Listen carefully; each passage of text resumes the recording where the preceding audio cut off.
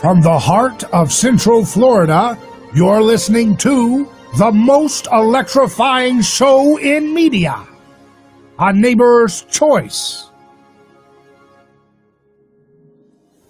And I'm your host, your neighbor, David Gornosky. So glad to be back with you all. It's 5 o'clock live right now as we're speaking, and we're joining you on Radio Land across Florida. Happy to be here in the Sunshine State where we have some freedoms left, and we got a lot of confidence and a lot of courage for building a better future that our children can enjoy, something that's better than what we have. That's what we always want to do, give something better to the next folks so that we can keep the linear progression of history going forward towards less violence, less brutality, less primitive ways of treating one another based on hate and resentment and taboos that are based in fear, and more about working together through empathy. And that's something we need in spades today. We need empathy that's not driven by collectivism, where we want to pit people by group and allow people to fight and, to assume a tribal identity and to try to fight over political power so they can, carve up the pie in a way that's more, good for them and their short-term interests. That's just not going to work. We know that we're out of money. Government's out of money. Not necessarily us, but our government is out of money. And it's going to try to print money as it goes down because it does not want to correct its ways. It doesn't want to repent of its profligate spending. It doesn't want to repent of its empire. It doesn't want to trim one dime. They just want to keep going, and they want to keep throwing us bread and circuses and then dividing us against each other whenever we get tired of their disasters of what they've caused in the medical industry. You see, they destroy the medical industry, they destroy our medicine, and then they get us to hate each other and say, well, it's my rich friend down the road that caused it, or no, it's my poor friend down the road that caused the decline in medicine. And they do that for education. They get us, oh, well, it's the rich person that gets to go to the nice school, or no, it's the freeloader who's getting a free ride at school. Those are the people destroying college education. No, it's called government monopoly destroying the entire system. And you're always being diverted away from the real problem, which is how coercion retards our ability to progress. It retards our ability to understand and to discern the truth and to protect the most vulnerable, which is the human person, from the whims and the capricious attitudes of the mob, which is the heart of politics. Politics is the art of the crowd. And as Soren Kierkegaard said, the crowd is untruth. It's a lie. So one of the issues that we continue to see that divides us, and it doesn't need to divide us because we don't need to divide based on pointing fingers at folks based on identity or based on collectivist notions. We need to look at what are the root causes of the bad things we don't like in policing, and how do we understand the history of policing so that we can know better how to move forward in a direction that's a win-win for everybody, a win for the folks who are great detectives. My friend John Beza is a classic example of that, a former NYPD detective who saw the disaster of the drug war. He was a true detective, someone who wants to go and find the villains who are trying to hurt people in terms of rape and assault and hurting kids. And he dedicated his life to doing that in Special Victims Unit. And he knows, and he can tell you, that the drug war and chasing after all the fines that big government folks want to have,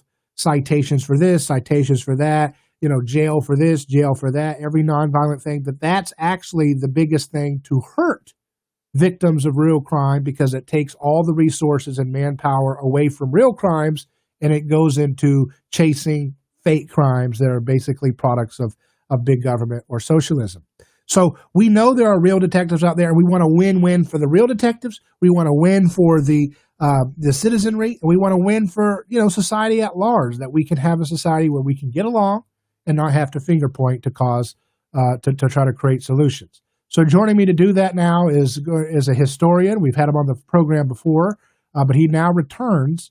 He's a Mises Institute Research Fellow and economic historian, and he's the host of the Historical Controversies podcast. Chris Calton, how you doing, Chris?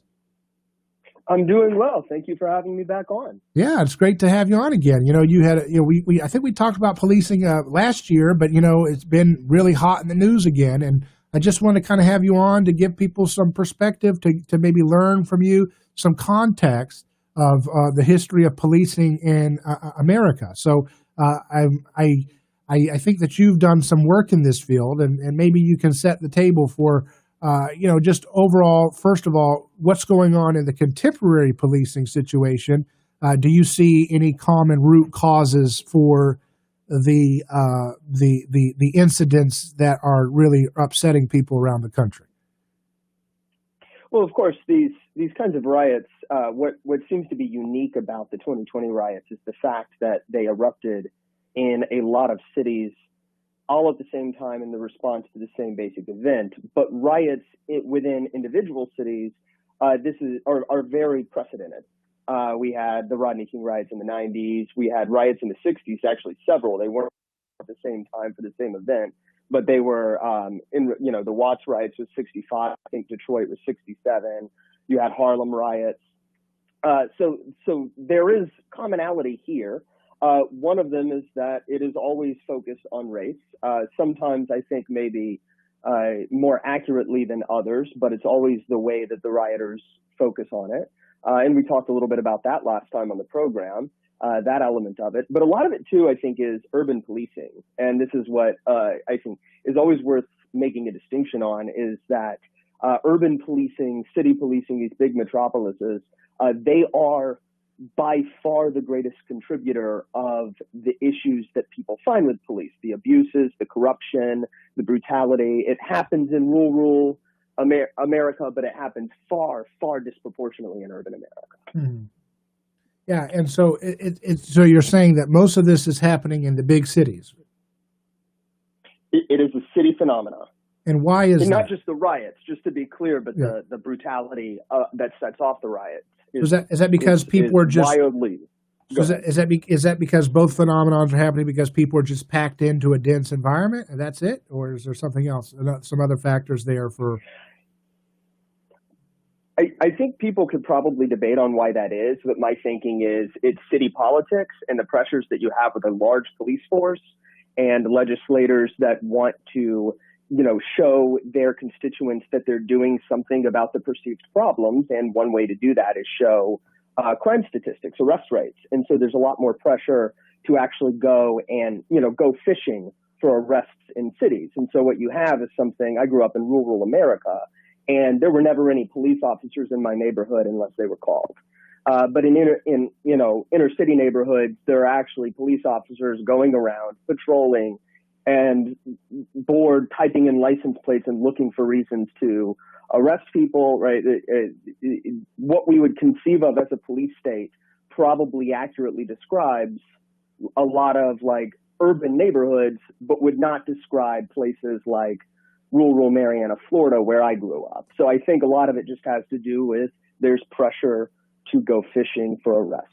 So is that because it's just these big cities have big budgets and they need to generate revenue? So it's like being in a theme park; they're trying to get a dime out of you everywhere they can while you're inside the theme park, or Well, you're on the right track, but I'll actually say that there's one other element that I know you're going to agree is very important, and that's federal budgets. So these cities do have large budgets, and there's a monetary incentive attached to this, but a lot of this is the result of national policy, especially in the 80s and 90s, when you start having, the wider use of asset forfeiture, for instance, and then the Crime Control Acts of I think in the 90s, the Crime Control Act started granting direct budgetary incentives to police precincts to achieve certain effects, mostly attached to the war on drugs. The asset forfeiture was important because it was kind of a profit sharing program. So a lot of this is they do have not so much that they have big budgets that they want to spend, but they have monetary incentives from the federal government to increase policing of certain activities, particularly drug-related activities, that enlarge their budgets. Mm-hmm. And I just think that there's another factor here that crime tends to imitate, and this is, I guess, more of a philosophical point, but just that crime tends to imitate. The population tends to imitate its leadership. And so when we are told culturally that the highest form of leadership is that which wields political power, and we look to political powerful folks, and they're debasing our currency at the Federal Reserve. That's going to trickle down into a morality atmosphere in terms of people, cutting corners about, using counterfeit money, or if the people at the top are confiscating resources, that's going to trickle down into the culture as it's okay to steal. Because our role models, who were told from the moment we're going to government education and the moment we go to watch media, which is always sycophantically usually promoting government power, they're always, presented with role models and politicians that are slick-tongued folks who are convincing people it's okay to steal from someone to give to another, or to print money, which is a debasement of the currency, which is incidentally what George Floyd was arrested for. He passed a 20 that wasn't real. That's what the Federal Reserve does every day, and they destroy our purchasing power. They put us in a bind, and then they create this tinderbox environment, and then they get us to blame each other whenever things go awry, right? Well, I think that there's certainly cultural elements that go into rising crime rates. And just because you used the counterfeiting example, and I'm an historian, a piece of trivia that you'll find interesting on this is the Secret Service started as our first national police force specifically to hunt counterfeiters. It evolved into security for the president later in the 19th century, but it was originally just to hunt counterfeiters in the mid-19th century following the Civil War's legal tender laws. So counterfeiting was actually like a cornerstone of national policing in development. But the other thing that I'd add to that point is, while I do think there is a cultural and a political element in rising crime, what's important to understand about the history of policing and some of the abuses of policing is that arrest rates do not correlate with crime rates the way that we think they would. In fact, the two big waves of increasing incarceration, which happened in the 1930s, and then it settled back down, and then in the 1960s, and we're actually still on that wave, they both follow declining crime rates. And some people argue that the declining crime rates is a result of them, but it doesn't match up to the chronology. The crime rates actually started declining before the arrest rates started going up heavily. So this is an interesting thing, is crime is not the primary determinant in arrest and incarceration statistics. Well, what is? We'll find out when Chris Calton returns. He's a historian. We're live on A Neighbor's Choice. We'll be back in just a moment. Don't go anywhere.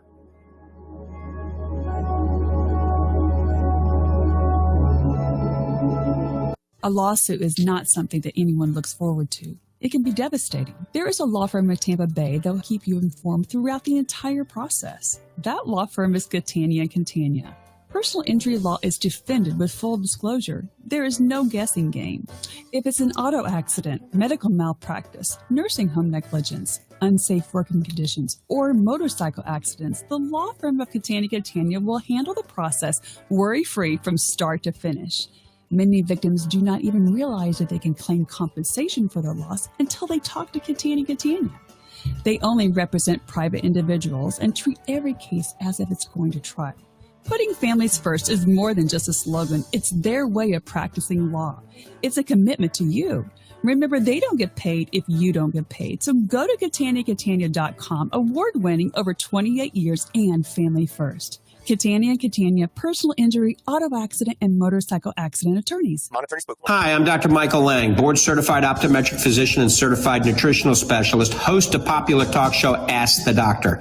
I've researched and developed an amazing new omega-3 product that you'll see incredible results with. It's called Fortify Super Omega-3 Max. I had one of the top Norwegian omega-3 research teams in conjunction with myself and Fortify Vitamins aid in the development of this advanced omega-3. This product is the most potent and purest triglyceride form omega-3 in the United States today. Omega-3 is great for all aspects of your health and well-being, especially in this unprecedented, challenging time. I'm giving a 25% discount with promo code RADIO during this viral pandemic. Go to my website, fortify.com. That's FORTIFEYE.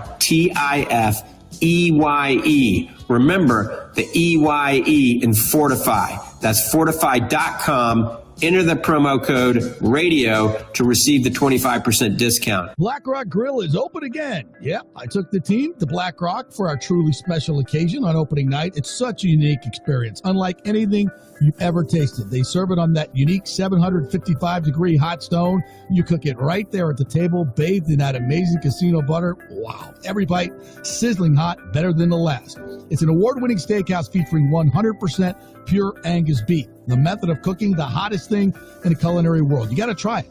And in these uncertain financial times, very reasonable. Steak dinner with 2 sides, just $15.99. And they've gone to great expense to make you feel safe. 30-plus sanitation stations, FDA-approved bacteria-erasing foggers, glass dividers between the booths. Nothing is left to chance. And don't forget our friends at Black Rock were there when you needed them, handing out thousands of free meals to our frontline workers and neighbors in need. An amazing commitment to the neighborhood. Black Rock Bar and Grill, 2 locations, Carrollwood and Brandon, for a truly unique dining experience. Go to blackrockrestaurants.com.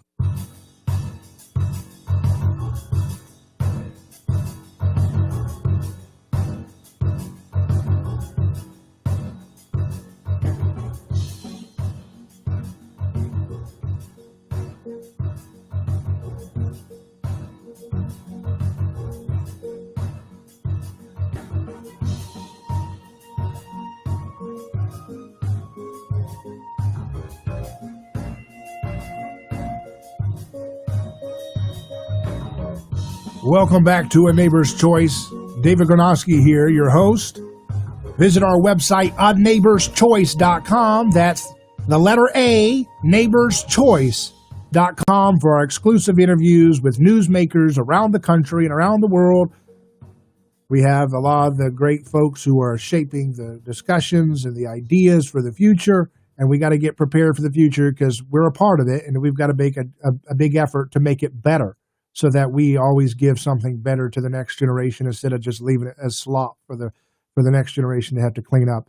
And so joining me now is a historian, an economic historian who's a Mises Institute fellow.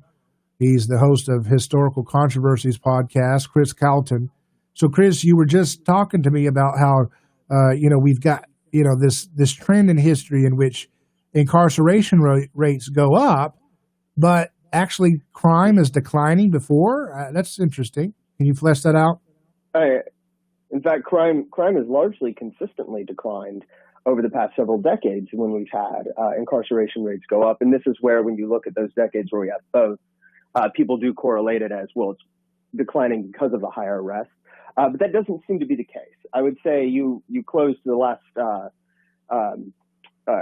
before the break, you closed by asking what does cause it. And I would say there's a few things, one of which, and I think possibly the most important of which, is the number of arrestable offenses. And this is, of course, constantly increasing. Governments don't reduce their authority, and that authority is always tied to arrestable offenses, right? Things that you can arrest people for. So expansion of this at the state and federal level is a very important component. The other one is budgets. In the 1980s, for instance, when Reagan wanted to ramp up the war on drugs from Nixon, one important thing he did is he drastically increased the budget allocated to law enforcement for the drug war. So it wasn't so much that the laws fundamentally changed under Reagan. They largely didn't, other than changing some penalties around, but the same substances were illegal before Reagan's war on drugs, but he increased the budgets for enforcement, and that's been a pattern that has increased consistently as well. Enforcement increased under Obama, the amount of money spent enforcing the war on drugs. If you have more enforcement resources, you can get more arrests. And then tied to that, of course, is the pressure to arrest.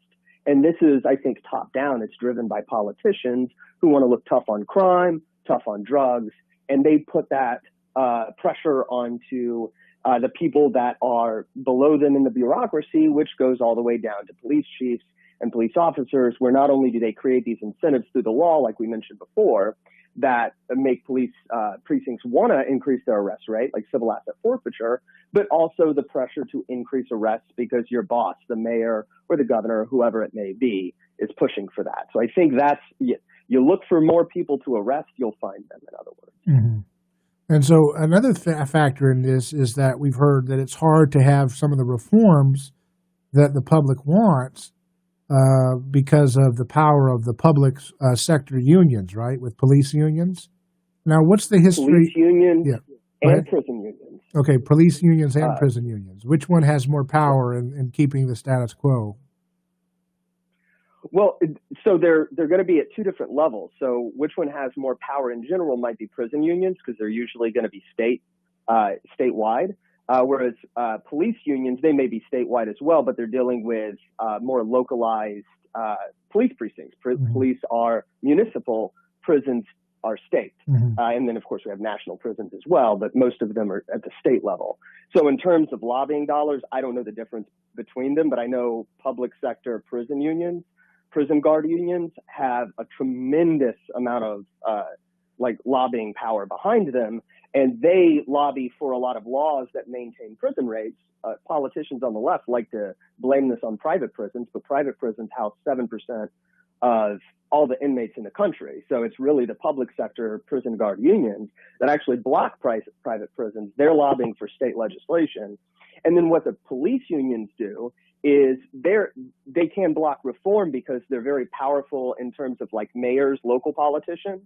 But they're also protecting bad cops. And that's one of the problems with them is they make it very hard for a bad cop to even be fired, let alone prosecuted criminally and convicted, but even to be fired after they do something that most people, I think, would agree cops shouldn't do. So they end up hurting the great cops that we have that are doing tireless work, right? Because the unions end up protecting the bad apples or whatever. Is that what you're saying? 100%. Yeah. I always say, a lot of people like to use the phrase a war on cops. But what people like me, obviously I write a lot about this, is I say, if anything, we're only making a war on bad cops, right? Because the good cops don't need this protection, right? It's the bad cops that do.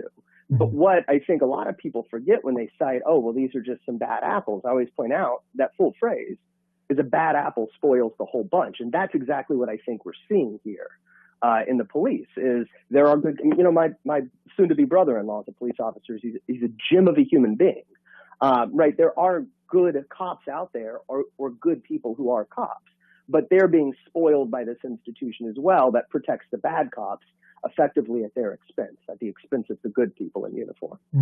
So what do you say to folks that say, well, if we got rid of qualified immunity, it would destroy the entire ability. It would tie the hands of police. They couldn't do anything. And we just got a minute here, but we'll try to just set up the table if you need more time. Well, then I guess in the short answer, I would say that doesn't seem to be correct when we look at history. Okay.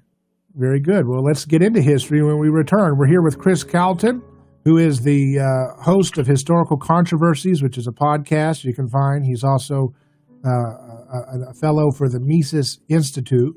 So we're going to unpack this question when we continue on A Neighbor's Choice. Should we get rid of qualified immunity? What's the history of it? Also, I want to ask Chris the history of public unions and their involvement with policing.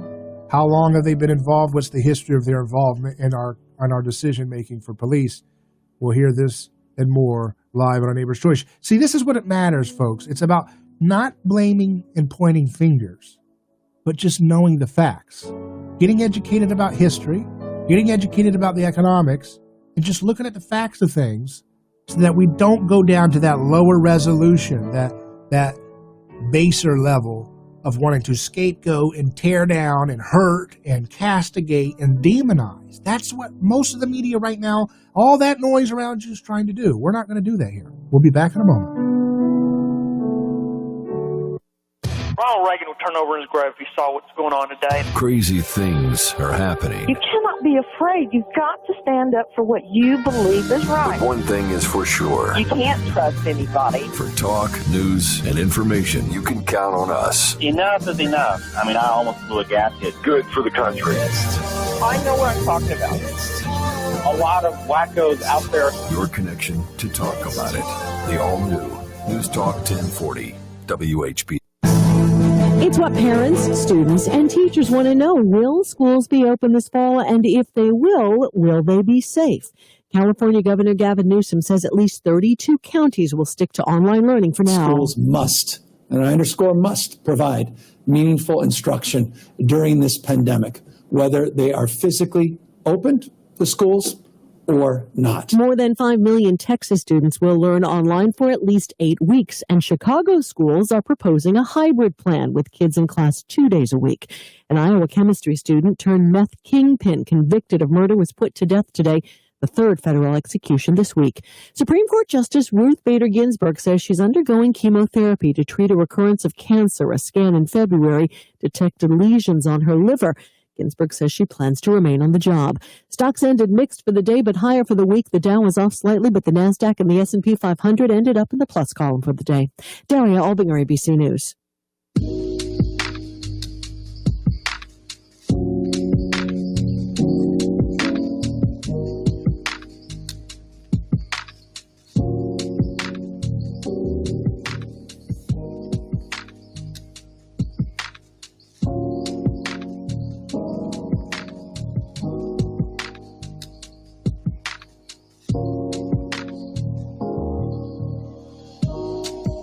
Neighbor's Choice returns.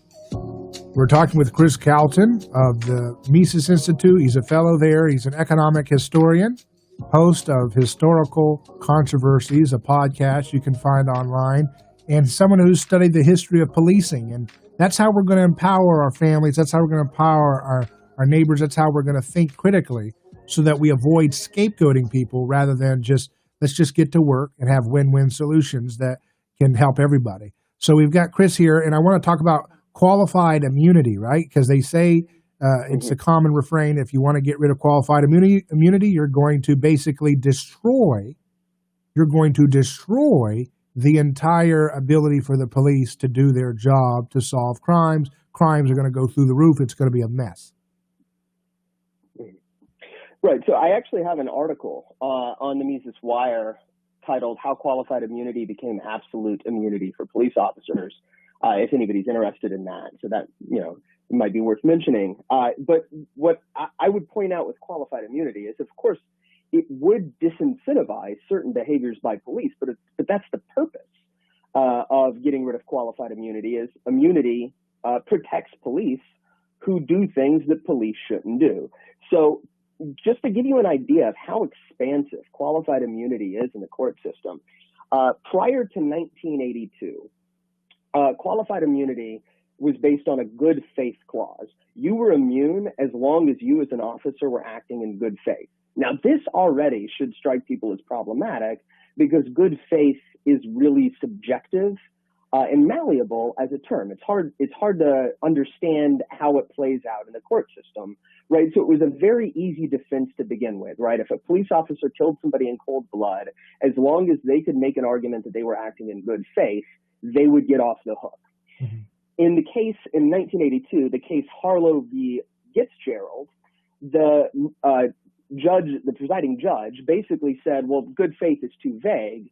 So he threw out the good faith clause and said, as long as there's no clearly established law that was violated in the case, then there's no reason or there's no way that you can hold a cop accountable for doing something wrong. And clearly established law means that there actually has to be a specific statute specifying what the police officer did. So I would point this into what I consider probably to be the most appalling case of police murder in recent years, and this is the case of Philip Brailsford, I believe is his name. I'm speaking from memory, and his victim was Daniel Shaver. Now, this guy and one other cop as well that was there, they were called to a hotel because a guy who was an exterminator had something that another hotel customer thought was a gun. They show up armed and find this guy completely unarmed. He'd been drinking. He's a husband and father. And they point their guns at him, and they make him get down on all fours, and they play a sadistic game of Simon Says with him, right? Simon says do this, Simon says do that, and then, of course, if you don't say Simon Says, you're not supposed to do it. They're doing this with two rifles pointed at this man who isn't even armed. And the cop who killed him had on his gun an inscription that probably would be bleeped if I read it out, but it's basically, "You're screwed," except the F word. So already somebody that maybe has a mentality that we should be uncomfortable with the police. And when the guy, Daniel Shaver, tried to pull up his shorts, they shot him and killed him in cold blood. Now, he was prosecuted for this, but based on qualified immunity, without the good faith clause, which, maybe that inscription on his gun would say this wasn't good faith. Maybe the game of Simon Says would say this isn't good faith. But without that good faith clause, there was no clearly established law that says a police officer can't play Simon Says with somebody while having their gun pointed at them, right? So this cop not only didn't get prosecuted and convicted, he got rehired back onto the force.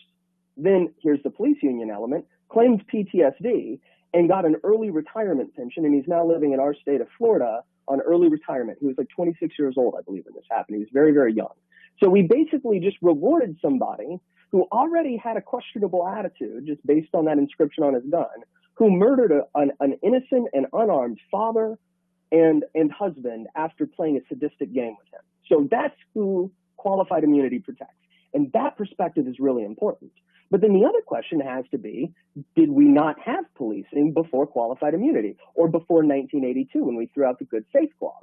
And of course we did. We had more community-oriented policing. We just didn't have as many of these perverse incentives that have police going out and fishing for offenses, right? So what you had was a disincentive to murder people, brutalize people, or abuse people, but police were still able to go out, for instance, and respond to calls for the police. And that's a big difference, is calling the police versus them going out, looking for things, and police having an incentive to not pull the trigger on an unarmed man in these situations. So qualified immunity came with a rise and a change of policing tactics where it was more proactive and more, looking for stuff, right? Is that what you're saying? It occurred alongside that, right? A lot of the evolution in policing is legislation, police practices, and judicial decisions that kind of evolve concomitantly. But qualified immunity is a juridical development. It happens through court cases. Have you looked at any of the data that shows a correlation between the amount of police brutality cases that are unjust versus break it down between what percentage of these things are happening in sheriffs that are elected versus city polices where there's city police union protected city police organizations that don't have the same accountability to voters? Is there any breakdown there? I haven't, but what I'll say is, because this is actually something that I've researched for, well, not specifically that, but it's related to something I've researched on rural sheriffs and their abuses, especially during the Jim Crow era in the South, is a lot of this stuff just wouldn't be documented, right? So the data, I'm sure there is data that you can pull, but I would be reluctant to trust it, especially the farther back you go, especially when you're getting into local rural sheriffs. In history, there were a lot of abuses in that. I think less so today. I'm a lot less worried about a sheriff than a police officer. So, history is important, but we shouldn't conflate 1920 with 2020. But when it's more localized, it's also easier to obscure the data. Mm-hmm. And why did you say you're more worried about a police than a sheriff's officer in this context? Because sheriffs are elected. Mm-hmm. And you think that provides a skin in the game mechanism that prevents some of the bad behavior that we see with these cases, like in the George Floyd case? Minimally. Mm-hmm. So comparison of elected sheriff versus a hired and union protected police officer, I think it does make a bit of a difference. I don't think that that's a solution. Right. In other words, they still have legal protections. Obviously, elected officers elected sheriffs in the 1920s, you would not want to trust. They're very fickle. They're governed by the culture around them, which if it's a good culture, that's wonderful. If it's a bad culture, that can be very harmful, right? I'm not a fan of democracy in general, but I would actually take an elected sheriff over an appointed and union protected police officer. It's more of a lesser evil situation, I think. So in the case of qualified immunity, do you support just getting rid of it completely or modifying it, and what would be the legal mechanism to repeal this doctrine? The legal mechanism, you'd probably want to ask a lawyer. I wouldn't be comfortable answering that. But to the first part of your question, yes, I would throw it out. Absolutely. And the reason why actually is more philosophical than pragmatic for me is qualified immunity completely flies in the face of the rule of law. The entire idea of the rule of law is that we're all held equal under the law, right? Is that we are treated equally under the law. And qualified immunity is, it's exactly what it says. It's you in this position as a police officer, or it can be other things as well, you're going to be treated differently under the law than a civilian who did the exact same thing. That's what qualified immunity means, even if it's effectively unqualified. It means that we're treating some people differently, in this case, police officers, under the law than we're treating other people. And to me, that's philosophically and ethically problematic. Well, what about if you're, stopping a violent assault happening as a police officer, and then you bump the man's head on the way in to, struggling with him? In a litigious society without qualified immunity, would that be something that would be prone to problems? I do believe in self-defense, and some states or cities don't recognize the right to self-defense. And self-defense, of course, anybody who advocates for it recognizes that applies to the defense of somebody else in these situations as well, right? Which means I think that they should be treated the same as a civilian should be treated. And how I think they should be treated is that should be recognized as a defensive act. The robber or the murderer, whoever it is the aggressor in that situation. In states like Florida, they have laws protecting like that. You go to a place like Chicago, they're more likely to prosecute a civilian for standing up and defending themselves or somebody else with a firearm. And I think that's a problem in itself, of course. Where did they get that idea? The ability to So self-defense. Say it again. So in these bigger cities, they've attacked their right of self-defense, which is almost legalizing violence, isn't it? The initiation of violence. It kind of gives it carte blanche if you can't self-defense, have self-defense, right? Well, it's certainly monopolizing legitimated violence in the police, and this is exactly what it does. If you don't have a right to self-defense or the right to own a gun for self-defense purposes or whatever else, then of course your only recourse then is the police. Right. And then they're not even held to the same standards of accountability that civilians would be. So I don't know where they get it from, but I think it's more about consolidating power than keeping it safe. And what's the history of the public sector unions and their involvement with policing? Do you know anything on that you can share? I don't know the history of unions. I don't know when they started out. I know public sector unions really started cropping up heavily in the late 19th, early 20th century, but specific to this question, I'd be speaking out of turn. Okay. It's just interesting to see where these things trace, because I think if you have a context historically, it gives us some better insight into the forces shaping the laws and the way we deal with these things. My principle of no victim, no crime, I think would you say that's kind of at the core of so much of English common law, wouldn't you? The idea that you have to have habeas corpus, which is present the body, can't just put someone in a dungeon, but at the same time, you can use that habeas corpus as present the injured party, right? Where's the guy who was injured here if we're going to put someone on trial or put them in harm's way of law enforcement? Yeah, and this is what I like to point out to people is criminal law is a creation of the state.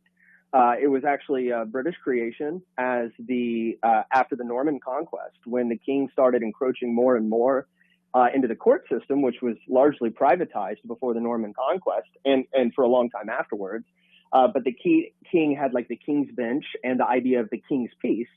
And what jurists eventually started doing is interpreting the king's peace in a very broad way, right? So this basically made the king the victim rather than what happened before, which is more like what we would see as a lawsuit where, you run into my car and I sue you for restitution or something like that. So the king's peace was the way of making the king victim, and then he could get money out of this. And so they created the category of felony, which was originally just a violation of a vassal's duties to the king, which then allowed the king to confiscate that vassal's property, expanding the felony category to regular civilians.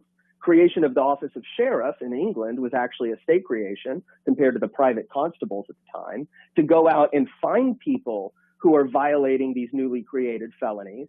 And it creates this situation where, okay, now the king is the victim of all of these crimes that the king isn't even affected in.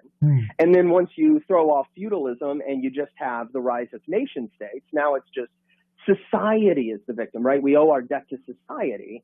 And so really what that means is, well, you know, nobody's the victim. I may disagree with the behavior. There's a lot of things culturally I don't approve of morally that I don't think should be criminalized, that are criminalized today.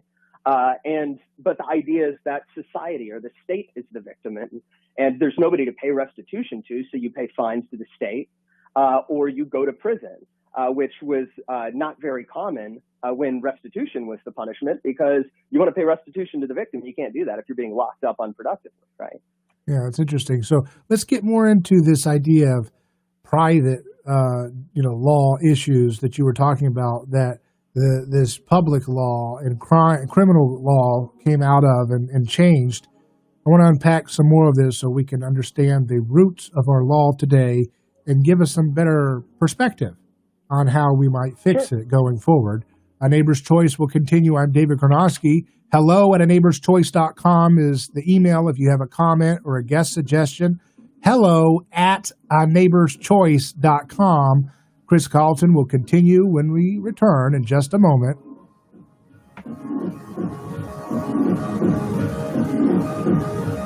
A lawsuit is not something that anyone looks forward to. It can be devastating. There is a law firm in Tampa Bay that will keep you informed throughout the entire process. That law firm is Catania & Catania. Personal injury law is defended with full disclosure. There is no guessing game. If it's an auto accident, medical malpractice, nursing home negligence, unsafe working conditions, or motorcycle accidents, the law firm of Catania & Catania will handle the process worry-free from start to finish.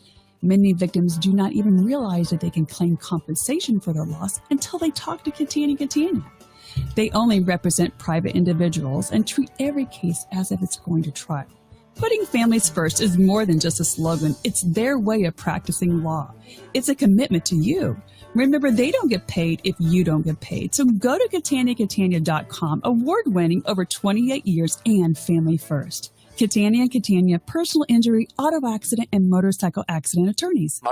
This is going to be the Moab, the mother of all boat parades, in honor of the 45th President, Donald J. Trump. Go to HugeBoatParade.com. Join the team that's going to break the Guinness World Record.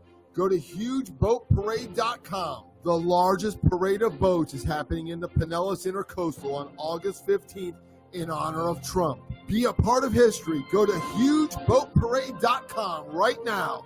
Tell them, Donald. Huge. The biggest in the whole country. Black Rock Grill is open again. Yep, I took the team to Black Rock for our truly special occasion on opening night. It's such a unique experience, unlike anything you've ever tasted. They serve it on that unique 755-degree hot stone. You cook it right there at the table, bathed in that amazing casino butter. Wow, every bite sizzling hot, better than the last. It's an award-winning steakhouse featuring 100% pure Angus beef. The method of cooking the hottest thing in the culinary world. You got to try it.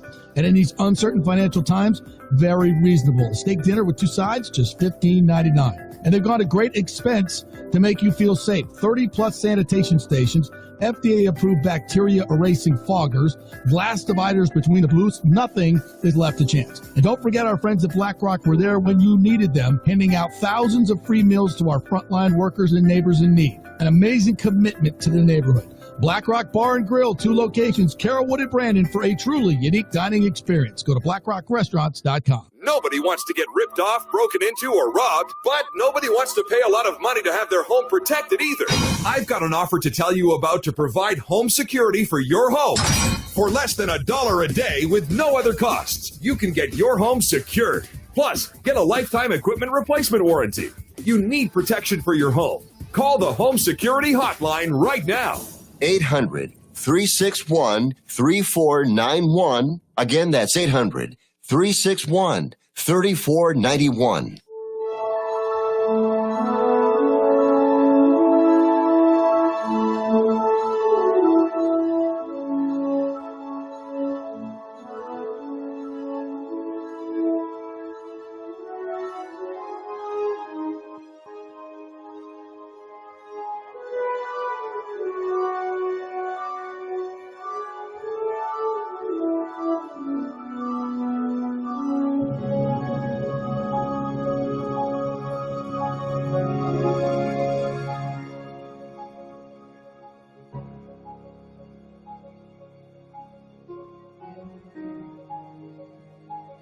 Welcome back to A Neighbor's Choice. I'm David Gronowski, your host. Our website, aneighborschoice.com. Our email, hello@aneighborschoice.com. I'm here with Chris Calton, who's a historian and the host of the Historical Controversies podcast online. And we're talking about the history of policing. I wanted to get quickly into the topic of private law. You said that criminal law hasn't always been here since then. I think that's something that the average person probably doesn't think about, that criminal law is kind of a newer thing in history. You know, the Bible talked about restitution and having victim restoration with law. And I point out to folks that there's no evidence of dungeons, you know, the older form of prisons, being found in the biblical Israel. You see a lot of dungeons in pagan nations that hate God, or the way we think of God in Christian circles or Judeo-Christian circles.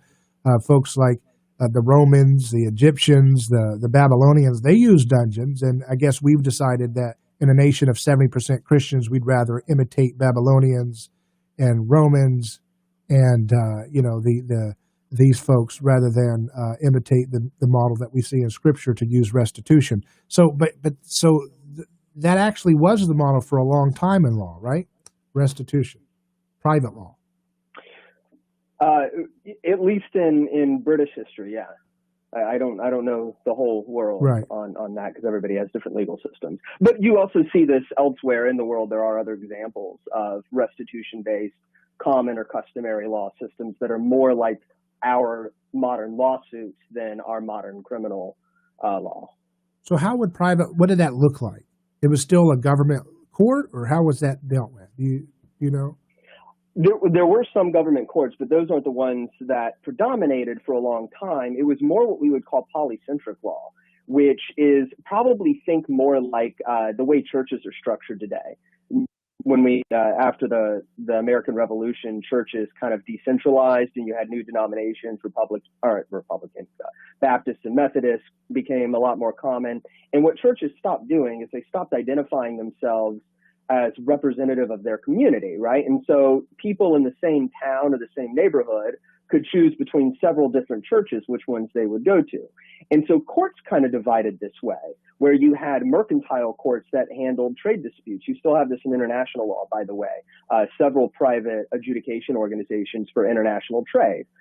You had wills and stuff actually usually were handled by the ecclesiastical courts. They were usually attached to the church, right? But polycentric law means that it's not centralized, like you live in these boundaries, you go to this courthouse at the center of your town and you deal with this judge.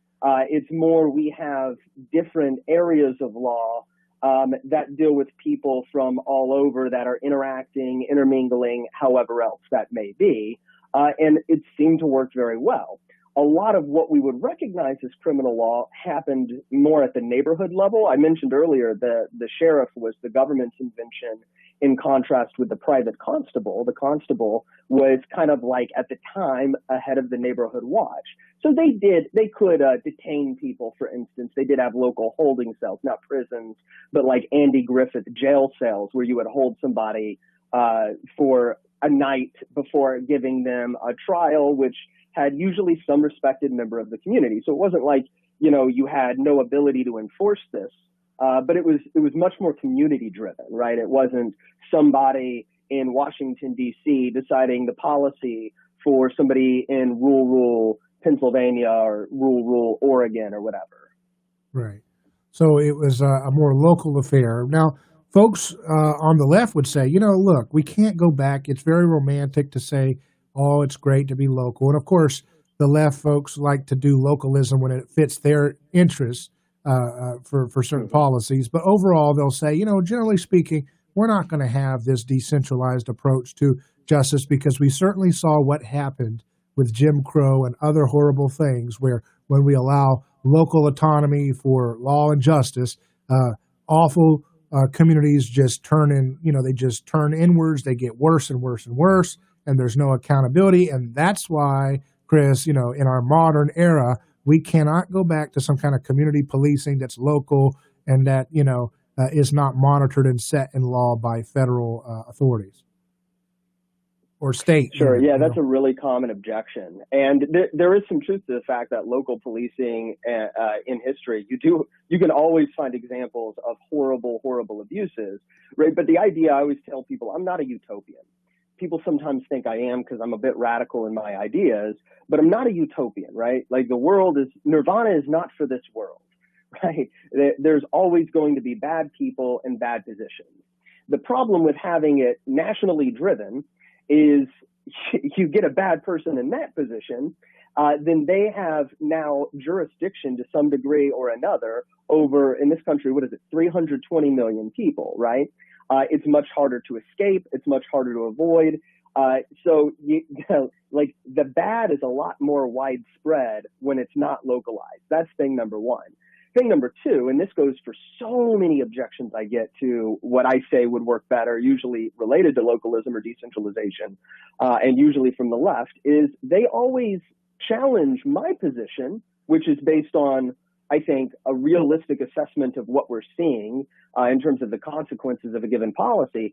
They put that in contrast to a romanticized version of the policy that they advocate. So if you say, no, we need public police forces, it's always based on how the police should act and the way it should be and the results we should get, right? Think about this. It's not real communism, right? They're always comparing capitalism to a romanticized version of communism. Oh, well, it should lead to equality. It should lead to prosperity, but it doesn't. Empirically, it doesn't. And that's what I always try to ground people in is you can't compare a realistic or even a demagogic representation of my policy or my idea that I advocated to a romanticized version of yours when what you're advocating we already have, and we can actually look at the empirical results of it and see that it does not work out anything like the way you're saying, right? And when you, I think, kind of peel back those romantic ideal blinders, people sometimes do, not everybody of course, but people sometimes do come around and go, oh yeah,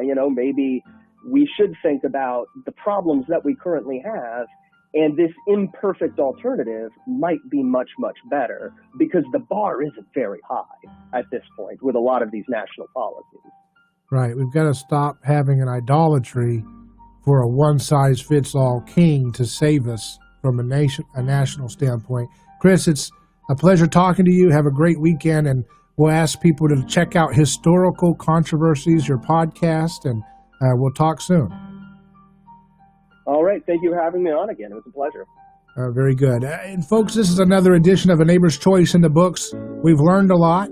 We learned about, in the hour before this program, we learned about Holodomor and the hidden Holocaust atrocity of the Soviet Union, and how the New York Times and other folks were carrying water for that horrible thing. So we learned that we shouldn't use our media voices to cover up for murder, even if you think it makes your life convenient or more profitable.